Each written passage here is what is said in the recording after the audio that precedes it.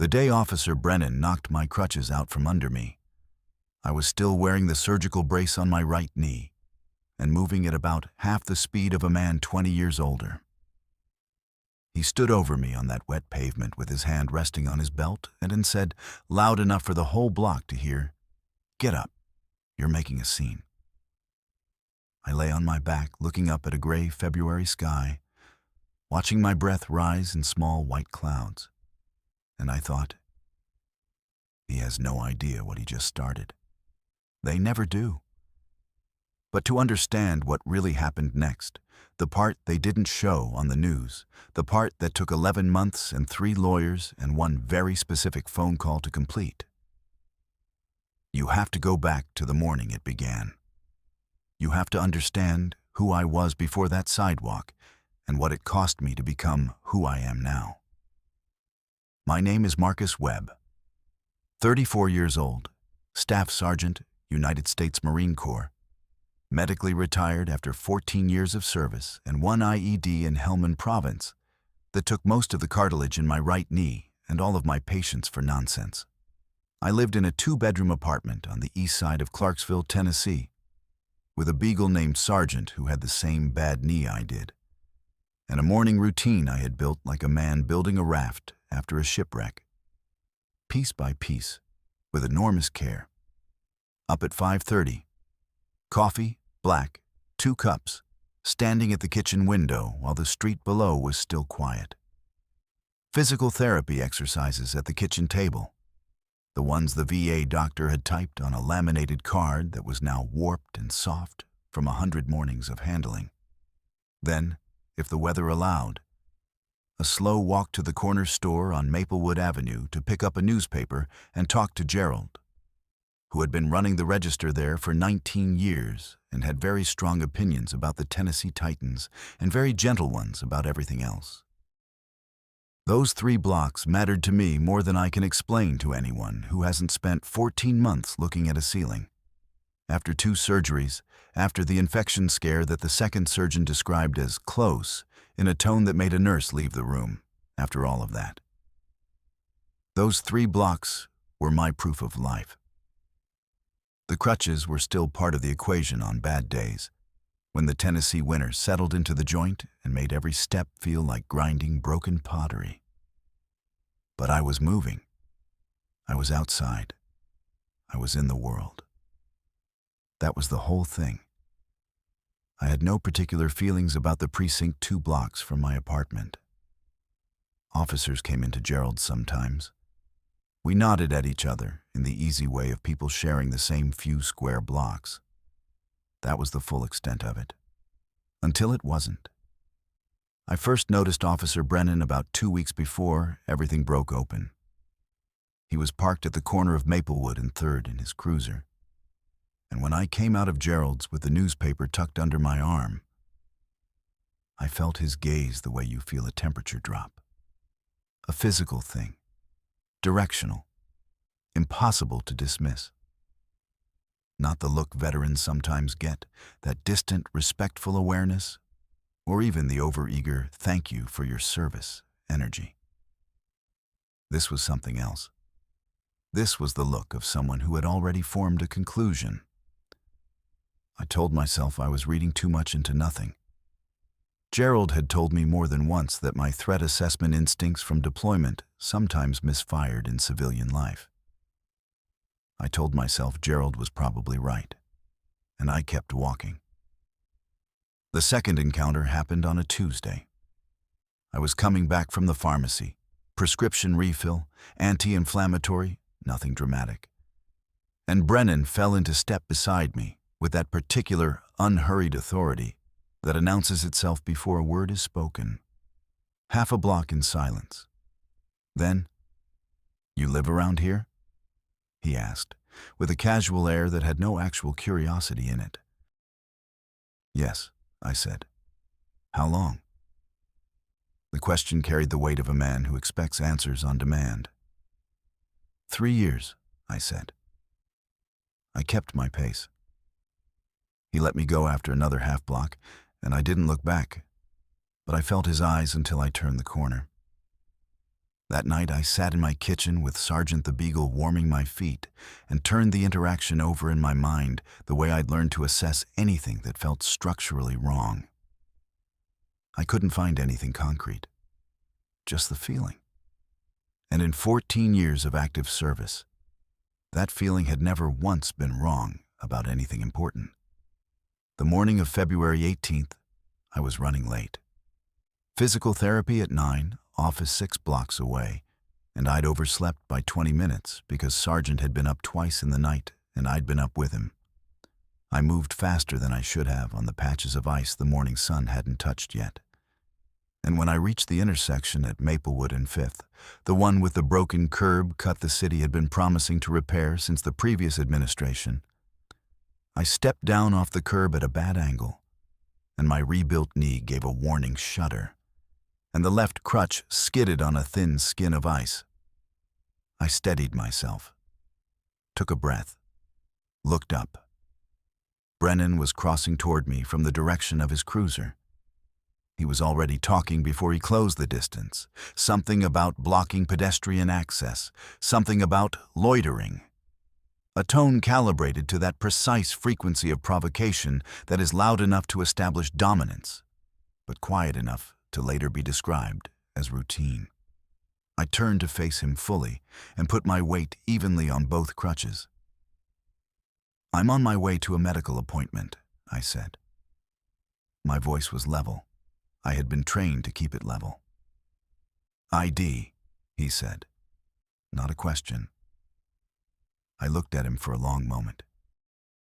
I was wearing a coat with a Marine Corps insignia on the shoulder. Not a statement, just the warmest coat I owned. And I was visibly a man with a mobility aid on his way somewhere in the early morning. The ID request wasn't procedure. It was a message, and we both knew what the message was. I reached for my wallet with the deliberate, visible care that every black man in America learns. The care that is not deference, but strategy. Hands visible, movements slow, no surprises, because you understand that calm is the only currency that keeps things from escalating past a point neither of you can take back. I had the wallet open. The VA identification card was right there. The one with the eagle and the globe and the anchor. The one I had earned in places this man could not imagine. That was when his hand came out, a gesture maybe directional, maybe impatient, and the edge of his palm caught the grip of my left crutch. The crutch went sideways. My weight shifted onto nothing. My right knee, the rebuilt one, the one the VA surgeon had described as structurally compromised for life, buckled the way a table buckles when one leg is kicked out, and I went down hard. Palm first, then hip, then the back of my head clipped the corner of the curb with a sound I felt in my jaw. The wallet slid across the ice. The crutch clattered away. I lay on my back on Maplewood Avenue in the February cold, looking up at a pewter sky, and for 3 full seconds, the world was completely silent. Then Officer Brennan stepped over me. Not around me, over me. And said the words I will hear for the rest of my life. "Get up. Stop being dramatic," he said flatly, not even glancing down. Something behind my sternum went absolutely still. Not rage, not shock. Something colder and more permanent than either. The kind of still that settles in when a decision has been made that cannot be unmade. I lay on that sidewalk, and I looked at the gray sky, and I breathed. And I thought, all right. All right then. There were 4 people on that sidewalk when I went down. I know that with precision because I spent the following weeks learning their names one by one. There was a woman named Darlene, who worked the early shift at the laundromat on 5th and who had her phone out before I hit the pavement. There was a teenager named Antoine who'd been waiting for a school bus and who instinctively took 3 steps back when Brennan turned toward him. There was an older white man named Ray, a retired school teacher who later told me he stood there for a full minute after Brennan walked away, trying to decide if what he'd just seen was what he thought he had seen. And there was Gerald, who had heard the clatter from inside his store and come out to find me on the ground with my crutch in the gutter and a patrol officer already halfway up the block. Gerald didn't say anything to Brennan. He just came to me, crouched down with a sound of effort, and put one hand on my shoulder. "I got you, Marcus," he said. "I got you." He brought me inside, pressed a dish towel to the back of my head, put a chair under me, and then, because Gerald is a man who thinks in sequences, walked back outside and personally collected the VA identification card that had slid under a parked car and set it on the counter in front of me without a word. The ER took 4 hours and 2 stitches. I filed the internal complaint that same afternoon. 3 weeks passed, then 4, then 6. I received a form letter informing me that the incident had been reviewed and that no policy violations had been identified. Brennan's report described me as agitated and uncooperative, and the fall as the result of the subject's own loss of balance. There was no mention of his hand. There was no mention of the 4 people who had been standing there, watching. I sat in my kitchen the night I received that letter and read it 4 times. The coffee had gone cold. I put the letter on the table, and I looked at it for a long time, understanding exactly what it was designed to make me do. Feel small, feel alone, feel finished. And then I picked up my phone and called my sister Renee in Atlanta. "They closed it," I said. A silence on her end. Then her voice, completely flat and completely certain. "Marcus, how many cameras were on that block?" "At least 4. Darlene had her phone, the laundromat security camera, the bank on the corner, Gerald's front door." "Then it's not closed," Renee said. "It's just beginning. Call Deshaun." Deshaun Carter was a civil rights attorney in Nashville who had won 3 of his last 4 cases against Tennessee law enforcement. Renee had saved his number from a magazine article 6 months earlier under the note, "Just in case." She had never explained what she meant by that. I called him the next morning at 8:15. He picked up on the second ring. I gave him the full brief in 8 minutes. Situation, action, result, no filler. When I finished, there was a pause with a different quality to it.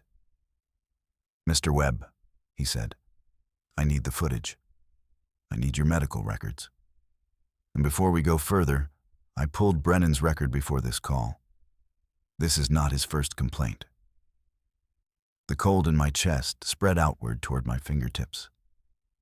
"How many?" I asked. 5 in 18 months. 3 involve use of force. 2 involve black men over 40. One of those men was also using a mobility aid. He let that land for a moment. The department closed all 5. Quietly. But quietly is not the same as gone. I gripped the phone until the edge of the case pressed ridges into my palm. 5 people before me. 5 names on a list no one had made public. For just a moment I felt the full weight of that, the weight of being the 6th. And something in my throat tightened with something close to grief. Then Deshaun said, "I want to take this case. Pro bono if necessary." We filed suit 14 days later. He had Gerald's camera, which showed Brennan's approach and the exact angle of his arm at the moment of contact. The kind of clarity that makes arguments very short. He had Darlene's phone video, which had caught Brennan's words in audio clean enough to transcribe. He had the 5 prior complaints, obtained through a records request that the department's legal office spent 8 days trying to block and failed. When the first settlement offer arrived, $12,000 and a non-disclosure agreement, I sent Deshaun one word in reply. "No. They'll try to buy your silence before anything else. Deshawn had told me on day one. Because what they're afraid of isn't the money, it's the name. He was right. I wanted Brennan's record public. I wanted the 5 prior complaints attached to it, visible to anyone who looked. Money without accountability was just another form of the form letter. The story broke in May. Darlene had posted her footage the night of the incident, and it moved slowly through the internet for months until a veterans advocacy organization in Washington picked it up. And then a national outlet ran a piece. And then the 5 prior complaints were public because our lawsuit had made them so. The morning the second national story ran, the one that listed all 5 previous complaints by name, with quotes from 2 of the other men. I was at Gerald's with my newspaper, and Gerald came outside to stand next to me while I read it. "You doing okay?" he said after a while. "Yeah," I said. "Sleeping better?" "Better than before." He nodded once, slowly. That was the whole conversation, and it was enough. Brennan was suspended with pay in June and without pay in August. We settled in September, a number Deshawn described as significant, which is not a word he uses lightly. More importantly, the 5 prior complaints were entered permanently into Brennan's official record. The department issued a revised policy on use of force procedures involving individuals with mobility aids.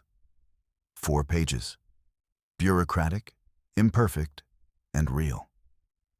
I still don't know if he knocked that crutch on purpose. I have decided it doesn't matter. What matters is what it started and what it ended. The morning the settlement was finalized, I did my exercises at the kitchen table and then walked to Gerald's. Cane on bad days now, nothing on good ones.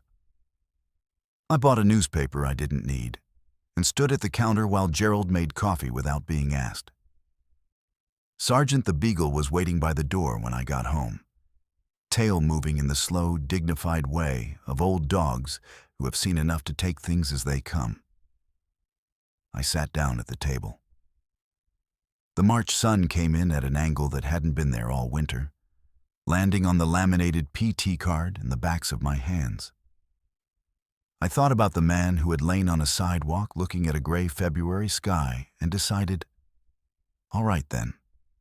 I thought about everything it had taken. I thought about Gerald and Darlene and Renee and Deshawn, and about the 5 men whose names I now knew, and the 6th complaint that would never be filed, because the record was public and the pattern finally had a name. The cane was leaning against the wall by the door. Some mornings I needed it. Some mornings I didn't. Either way, it was mine, and the quiet in that room was mine, and none of that was going to change.